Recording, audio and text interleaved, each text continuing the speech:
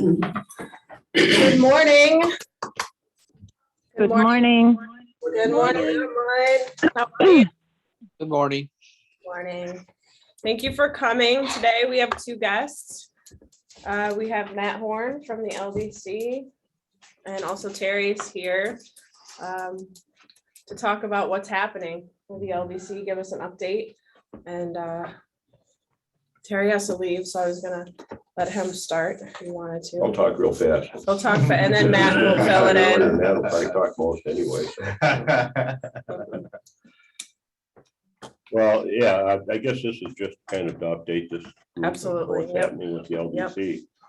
This year, I've been honored to be chosen as president. I guess it was our turn, and I'm represented from Canandaigua, so you're it. I accepted the gavel and the mantle, so. Hmm. But earlier this year in March, we adopted a series of priorities for the fiscal year 22 and 23. And largely centered around identifying opportunities to improve and help assist the city and the town of Canandaigua and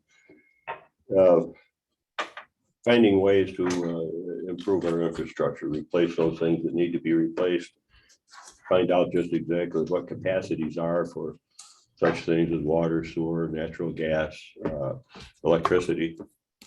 Now, the town has its own effort going, looking at the demands that Uptown will put on the overall system in the water and sewer area. And we're getting some assistance from that, looking at gas and electricity. The city is likewise doing an analysis of their distribution system and looking at the filtration plant on Westlake Road. So those efforts are going independently, and the LDC is kind of, it's only helped me us fill in some gaps where we need some assistance getting information. And eventually, of course, it'll all come down to money. And we will hopefully get some assistance there and identifying grant opportunities and methods perhaps where we could find some financial assistance. One of the other big priorities was trying to balance out the tourism in the overall area here. That as we all know, living here, that you can't drive down Main Street in the summertime because it's so crowded and lakefront's crowded and all that. But you get past September and October, kind of takes a dive south. So there is an effort underway, and there's we're going to be looking at going after some grant money to try to secure a grant to find ways that the grant would be used to identify ways that we could, with that tourism, try to improve it 10, 20, 50% in the wintertime so that there'd be more balance and help the overall economy in the area. There are a couple of, that's one active project. Another active project right now is the wayfinding that we've contracted with Bergman. Bergman? Mhm. Yeah, Bergman. It's consultancy, there's like 50 of them, and they, 76, I get confused sometimes. But wayfinding signage to identify key areas of interest in the town and in the area. And they've come up with a color scheme, a format, a style of sign for parks, for banners, things like on Main Street or Uptown area or down by the lake. And that's progressing toward completion, I would say, because we have quite a bit of information compiled already, although I don't know if we'll ever get to the 130 signs that they recommend, but we have to be careful of sign pollution. So, but those are some of the things that are actively, underway right now. So, Matt will fill in all the blanks there, all the questions that you have. So, I'll let him talk. Thank you, Terry. Yeah, I mean, I think Terry hit the high points for sure. I mean, the general principle is this unified economic development strategy across the city and the town. As I preach to this group, you don't need to be preached to about this, but individual municipalities going after economic development, particularly neighboring municipalities going after economic development, independent of one another is kind of a recipe for disaster. You end up chasing the same projects, you end up sometimes cheating down either costs or development regulations, things that where you end up compromising quality of life. And so I think the city and town have shown tremendous foresight. In fact, I'm actually headed out tomorrow or Thursday to present at a conference about shared services among municipalities. And the LDC is a case study in that, these two municipalities who recognize the power of the combined market. So, so the three priorities that shook out over the last couple of years, we've been, the LDC's really been trying to find its niche. And this year, we got a relatively restaffed board. We got some new board members, and the LDC board is actually considering a board expansion to add a few more board members from a few other sectors. But this kind of reconstituted or restaffed board said the LDC wants to be coming at things from a strategic standpoint, from a high level standpoint, versus being at the nuts and bolts level and working maybe not working individual businesses, but working on policy that can be applied across city and town boundary. So the three priorities that Terry highlighted, the first, looking at this seasonal volatility around tourism. Tourism is a tremendous engine, and this came to our, we all know it. The Finger Lakes Visitors Connection, who supports the county's economic development tourism strategy, has been talking about for years, talking about the shoulders of the tourism season, right? This idea that attacking tourism in December might be a challenge versus trying to move it out to April and into October and November. So that's been a kind of a long-standing conversation at the county level. Most recently, as the lake house came online down on the North Shore, we got another hotel coming online here in this fall or late in the year this year. At the lake house, they got a new general manager, a guy named Chris Polito, and Chris actually comes to us from the Lake Placid area. He'd spent a ton of time in Lake Placid. And Lake Placid has a different problem, right? Lake Placid almost has the inverse of our situation. They're trying to figure out how to attract guests into the summer months. And in the winter, they're flush. And so he knew exactly how to build a tourism program around winter months. And so the first thing he did was just start knocking on doors around the city and town, looking at strategic alliances like and beyond, actually looking at strategic alliances like Bristol Mountain. So that was one of his first partners. Bristol Mountain, obviously a major engine for the winter tourism season. And then into downtown Canandaigua, knocking on doors up and down Main Street, asking the question like, what are you doing this winter? And the anecdote he shared was, it was early May and I went to knock on doors and there were signs saying see you in June, right? There were businesses that are not opening until after Memorial Day. Pretty decent certain restaurants and retail operations that just hang it up for the winter. He said even at his own business, the expectations, the bar gets set almost at the floor. If you can book a room or two, on a weeknight in December or January, then you're getting a pat on the back. And he just saw a lot more potential than that. And it turned out he had partners, around the business community who saw the same potential. So they started this initiative called Winter in Canandaigua. And it's just a marketing initiative, a collaborative marketing initiative where they use social media, some print marketing, and events to generate interest in Canandaigua. They started it in the fall last year. They built up a few smaller events. And by small, I mean, 400, 500, 600 people, which is a pretty decent sized event in the winter. And they had some successes. The owners of the lake house contributed some substantial dollars, six-figure amount to get the initiative started. And so the LDC said, rather than recreate a strategy here, we've got a going concern, we've got a going strategy in this winter in Canandaigua effort.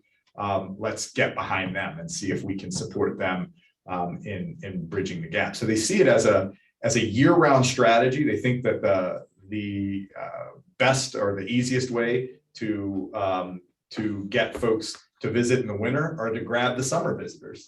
When we've got a bunch of people who are already from out of the region traveling through Canandaigua in the summertime, identify opportunities to capture their imagination about what's possible in the wintertime here in Canandaigua. And so they've already been engaged in some social media marketing around that. The LDC contributed what for us is a relatively substantial amount, I think $10,000, to create a seed fund for those folks to engage in some year-round marketing. And then, as Terry mentioned, the LDC is sponsoring a grant application for the Market New York program, which is a part of the consolidated funding application round, whereby the state of New York will contribute dollar for dollar on marketing initiatives. And we think it's a pretty strong concept, and certainly New York has identified off-season tourism as critical or as an opportunity. And you know, the players in this conversation are fairly well connected to statewide economic development. So we think we've got a really strong opportunity.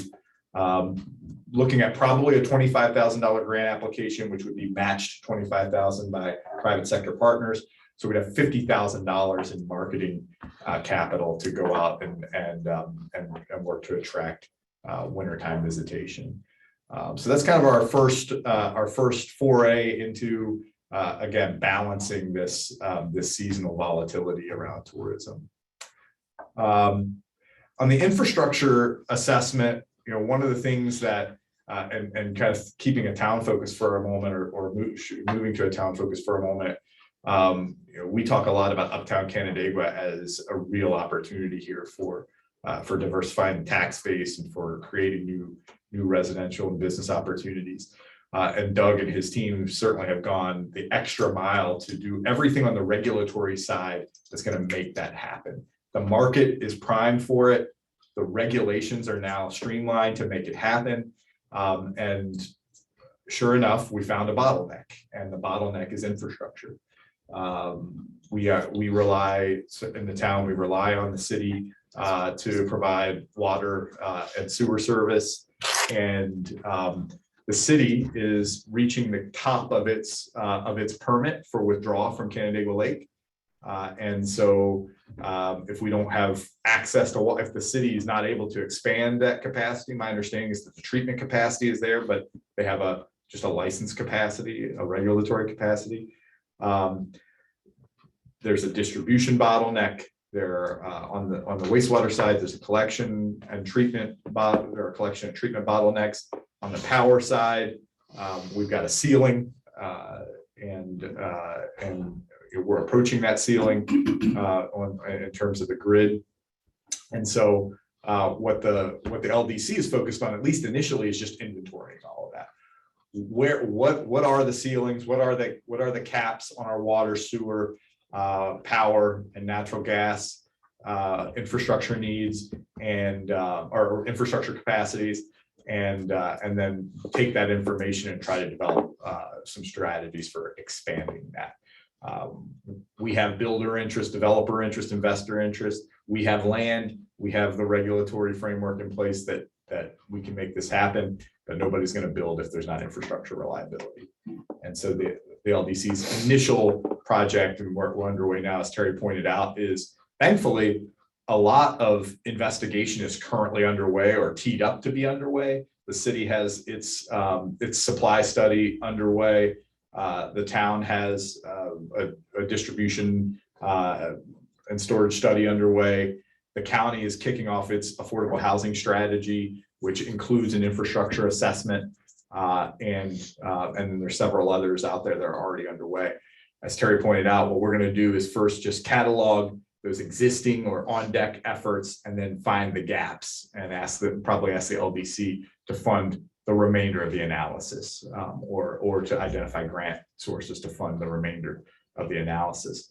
so that at least we have a picture of what our infrastructure challenges are. That'll enable us to create some investment strategies around that.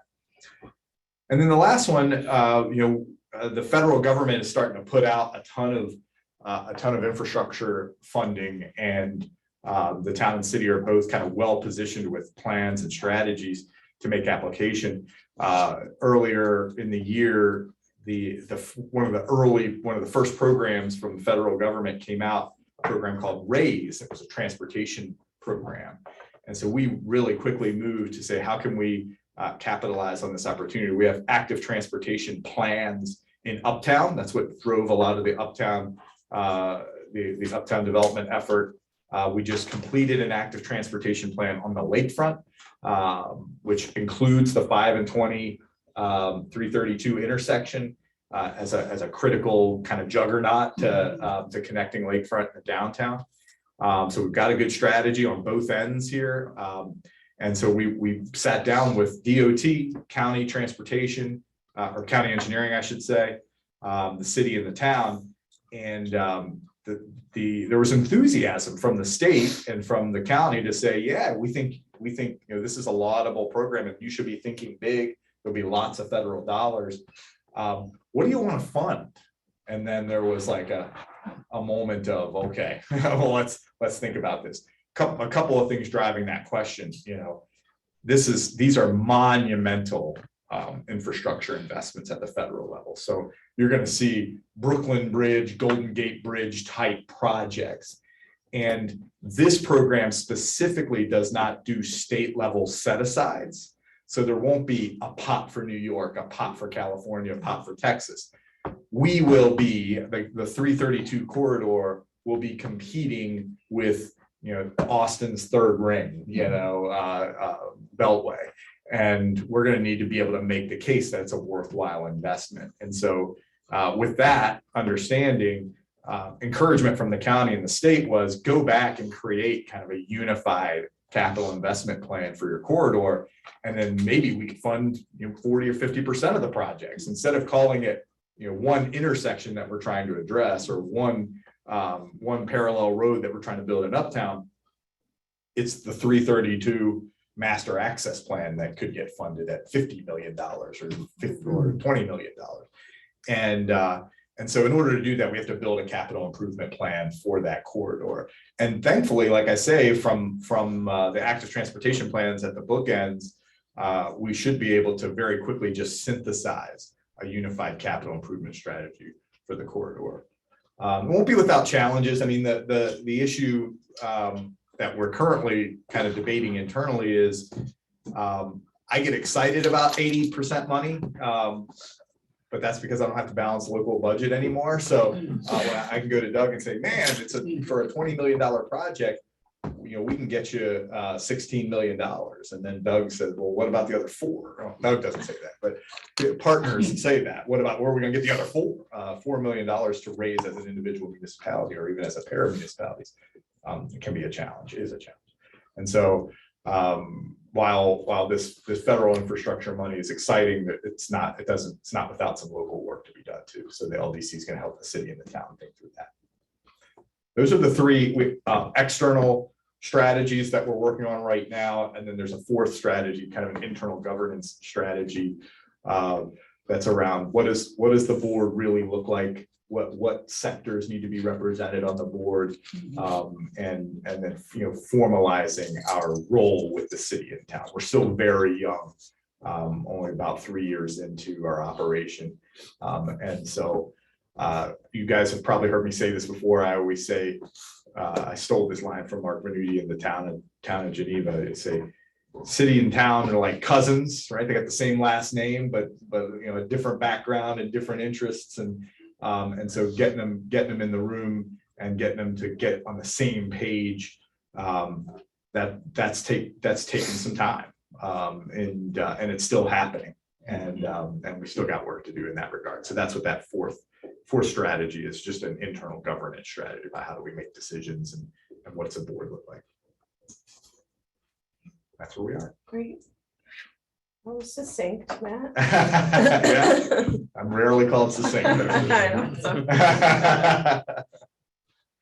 Any questions for Matt or Terry? Terry, I know you have to leave in a few minutes. I just have a quick comment. Sure. When you were, talking about the tourism and all that, I know before the meeting, we talked a little bit about where your background and where you've been. And what came to my mind actually was Asheville.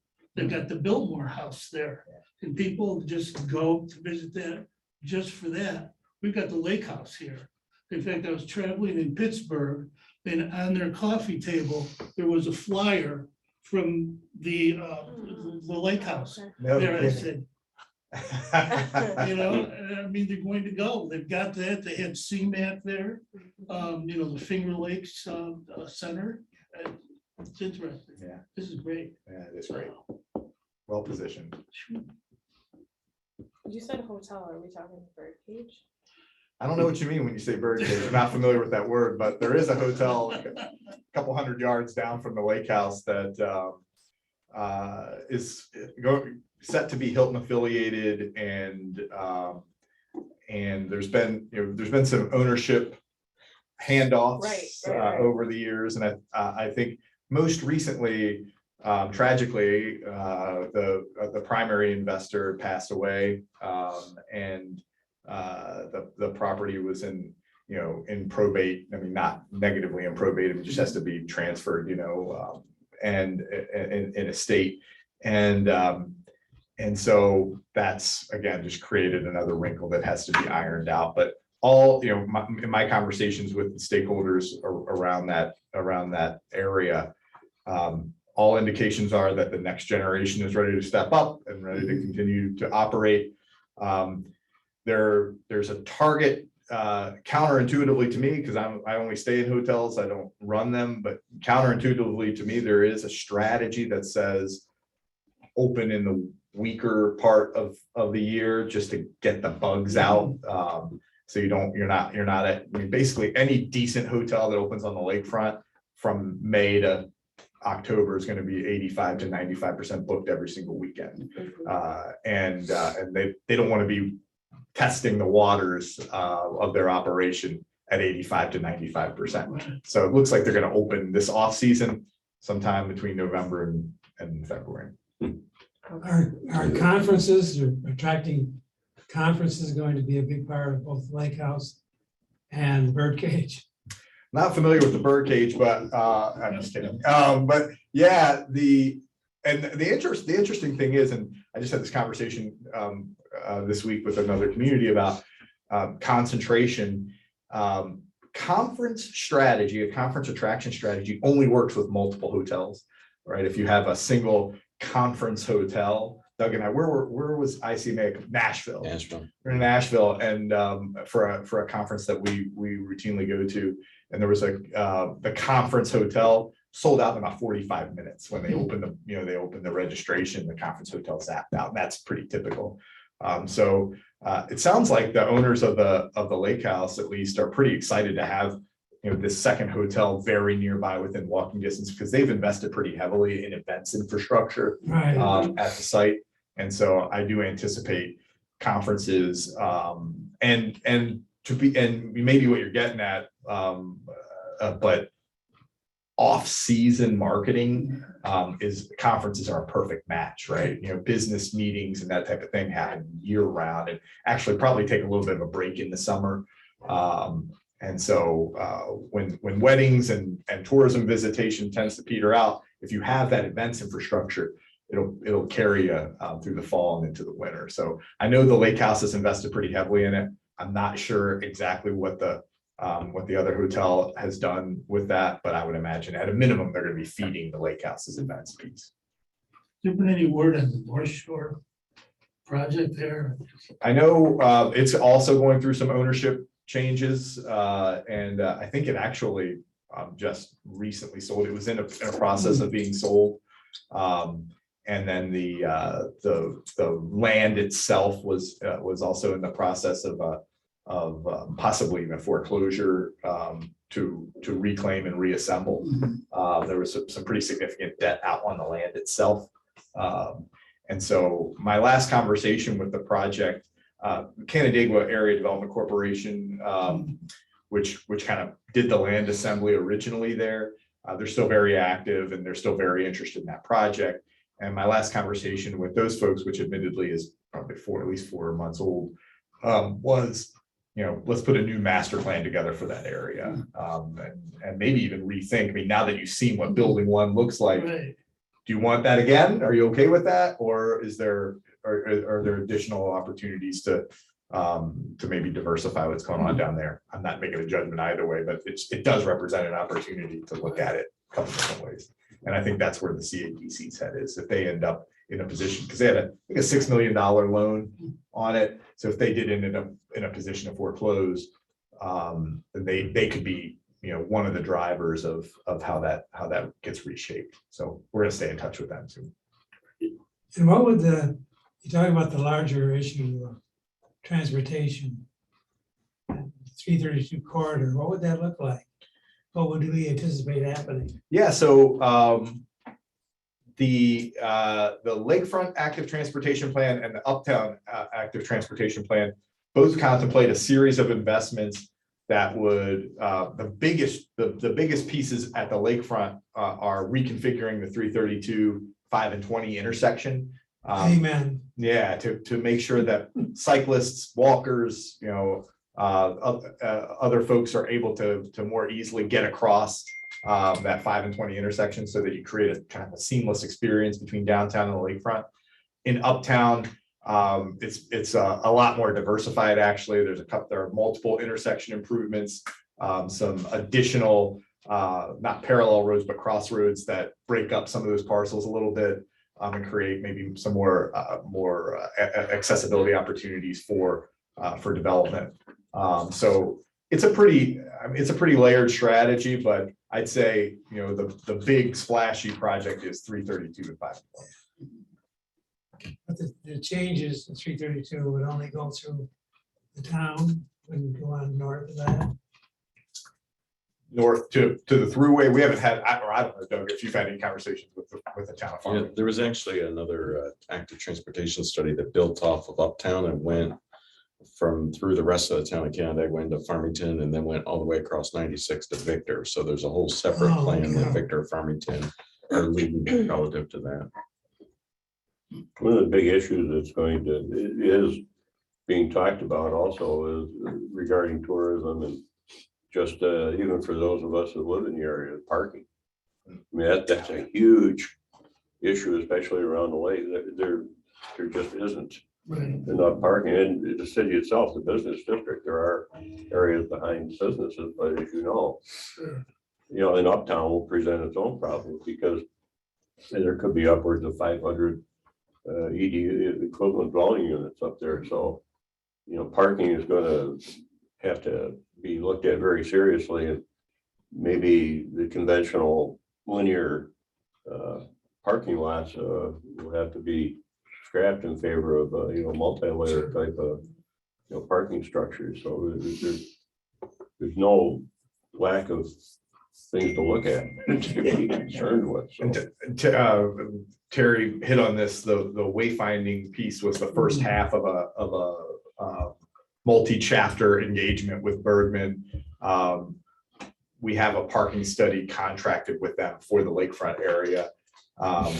Smartly, we signed that contract way back in the winter, and smartly Bergman said, let's not start that work, or let's not get to the meat of that work until the tourism season spins up, so that they can see live what's happening down there on the lakefront in particular. Terry's right. I mean, the most heartbreaking thing, Sal and I were just talking before everybody came in. I was in South Carolina a couple weeks ago, and before I worked here, I worked in coastal South Carolina, and the most heartbreaking use of waterfront acreage is surface parking. You're taking up acres and acres and acres of property.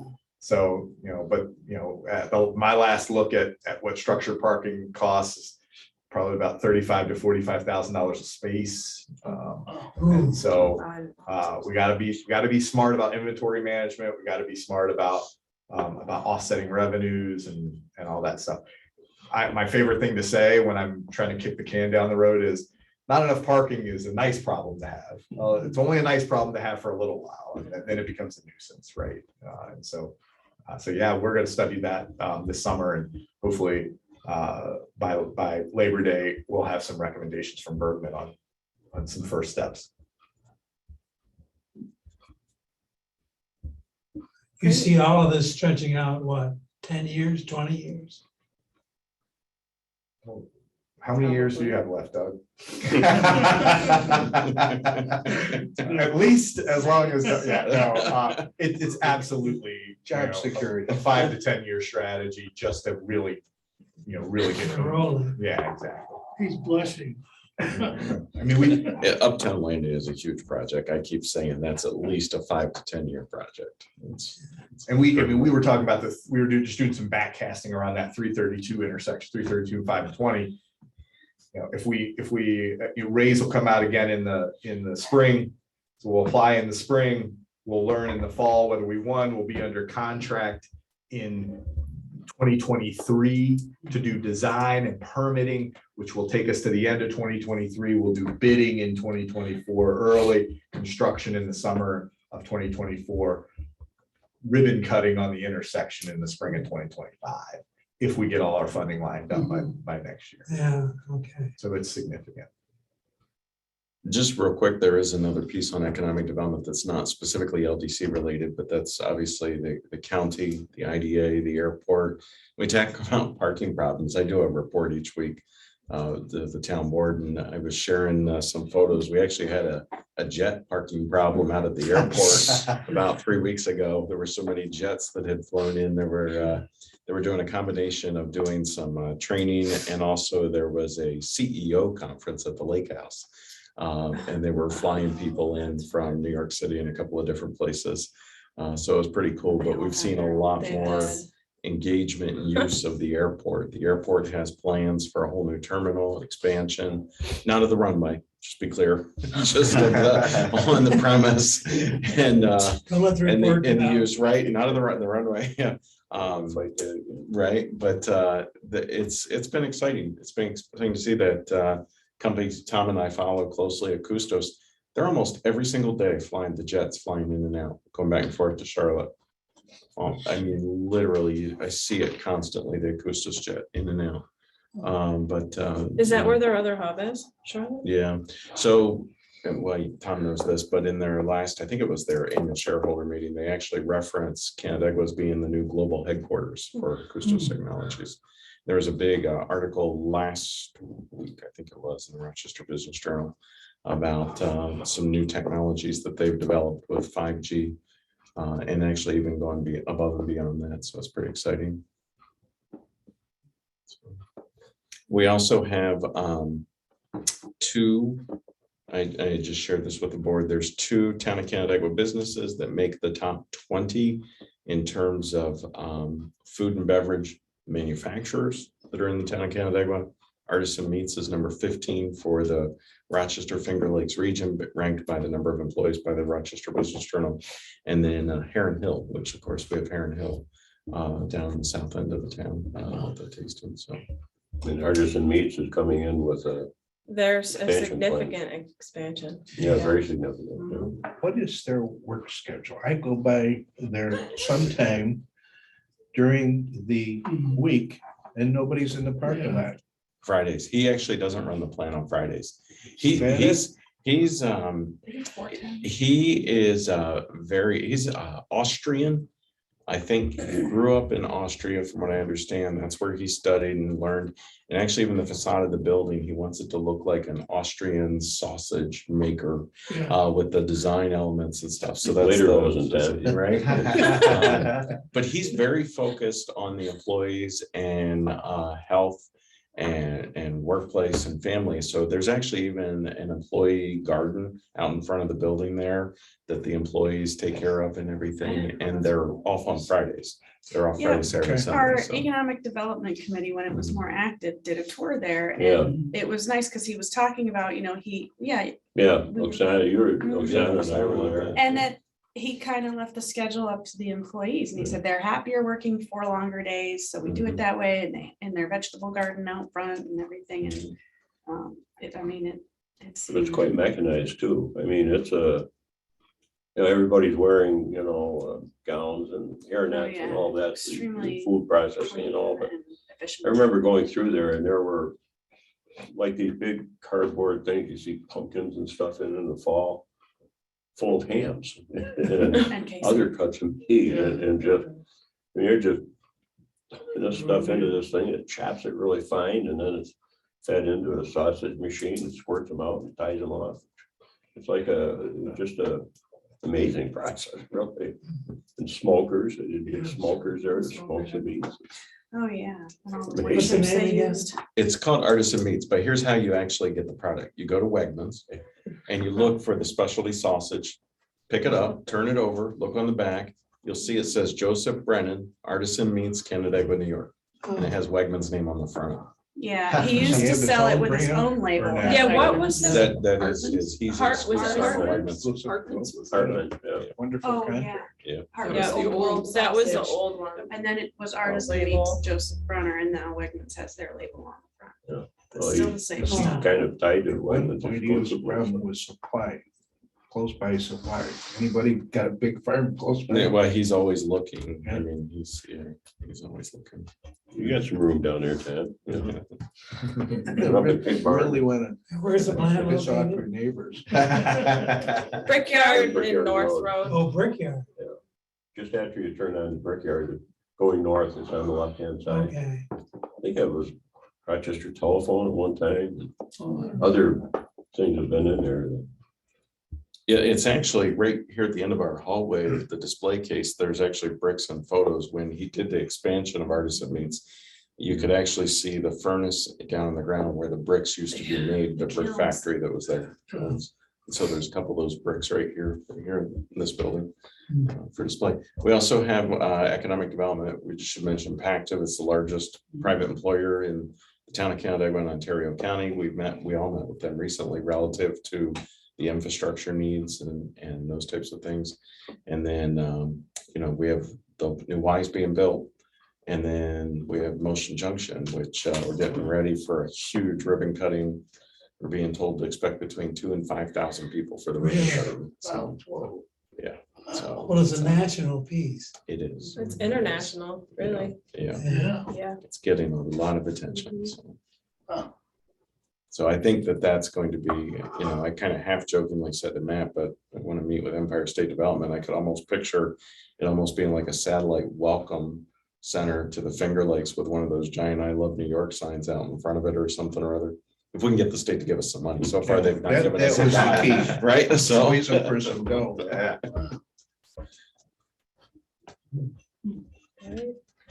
I gotta take off. Thank you. Yes. Thanks for the opportunity and, Great.